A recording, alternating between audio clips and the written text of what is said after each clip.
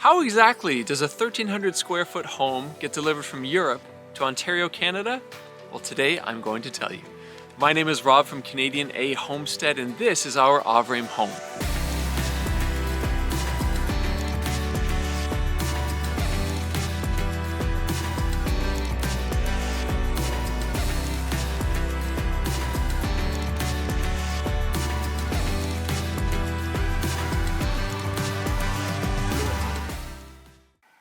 So when you order a kit from Avrame, your house will get sent to you in shipping containers. Our house, because it's a Trio 120, it's a larger home, it got sent in two 40-foot shipping containers. And because we were so eager to get started building, we asked that we could have the first container sent with all of the framing material, and then to have the second container sent when it was ready, that contained the roofing material, the siding, all that stuff that we wouldn't need right away.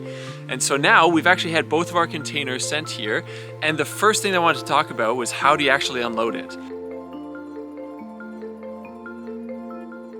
For us, we made sure that we had large pieces of equipment here. We had a humongous telehandler, and we actually have a neighbor who has a really large backhoe with forks and with chains and all that stuff. And so between those two machines, we were able to unload both of those containers with relative ease. Now, I say with relative ease because we know of some other people who have purchased Avrame homes who also had equipment on site, but they had like a tractor and a smaller telehandler, who didn't have as much success unloading as we did, and who actually had to unload some of the bundles and unload everything by hand and restack it, restrap it, and then try to transport it to where the actual construction was taking place.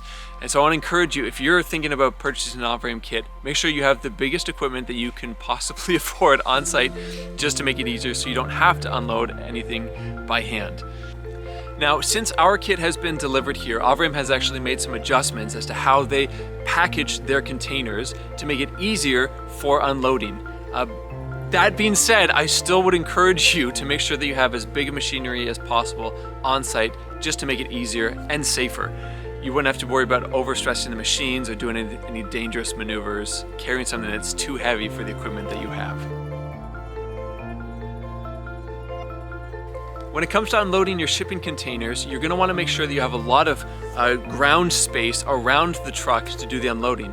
We're lucky that we live on a backcountry road where there's almost no traffic, where we were able to get the telehandler onto both sides of the truck depending on what we were taking out at any given time. But you want to make sure that you have a really large level space so that your forks can get underneath the material and lift stuff up, and then also have a really big area for you to lay that stuff down. It's a lot of material coming out. I was shocked at how much stuff came out of that container and how quickly the area that we had set aside was filled up.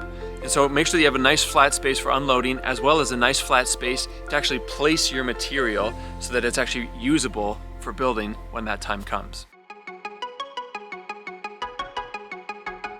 We know that with both of our shipments, we were gonna have 2 hours to unload everything before they started to add additional fees to our bill. And with both of our shipments, we took 4 full hours to do it, and we have no regrets about that. It was so much better for us to be able to unload slowly and safely, especially since I have no experience driving heavy equipment. And so for us, we took 4 hours. It was an additional $50 per hour to do that. And so for us, it just made way more sense to take our time and to do it safely. If you're interested in the cost of shipping an Avrame kit, I'd like to encourage you to go to our personal YouTube channel, Canadian A Homestead, where Katie and I talk in detail about the cost of getting the shipping containers from Estonia, Europe, to our driveway in Ontario, Canada. Well, I think it's safe to say that this year, Katie and I have opened up the biggest gift that we've ever given to ourselves. And you might be wondering, what stage of the build are we at, like right now, today?